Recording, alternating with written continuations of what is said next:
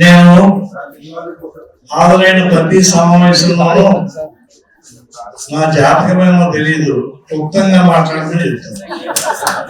42 సంవత్సరాలు న్యాయాధికారిగా ఆ న్యాయవాది ఈ న్యాయవాది చెప్పింది వినడం తప్ప మాట్లాడడానికి అవకాశం చేశాను.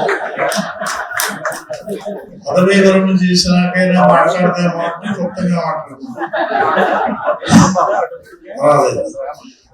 ఈరోజు నాకు ఇక్కడ ఇటువంటి మహానుభావుల పక్కన ఉంచిన అవకాశాన్ని కల్పించింది నా మీద శ్రీ తోట చంద్రశేఖర్ దంపతులకు ఉన్న ప్రేమ, ఈ పురస్కార గ్రహీతలను ఎంపిక చేసిన పెద్దలకు ఉన్నటువంటి అభిమానం తప్ప దీనికి నేను అనుకున్నా కదా నాకు తెలియదు.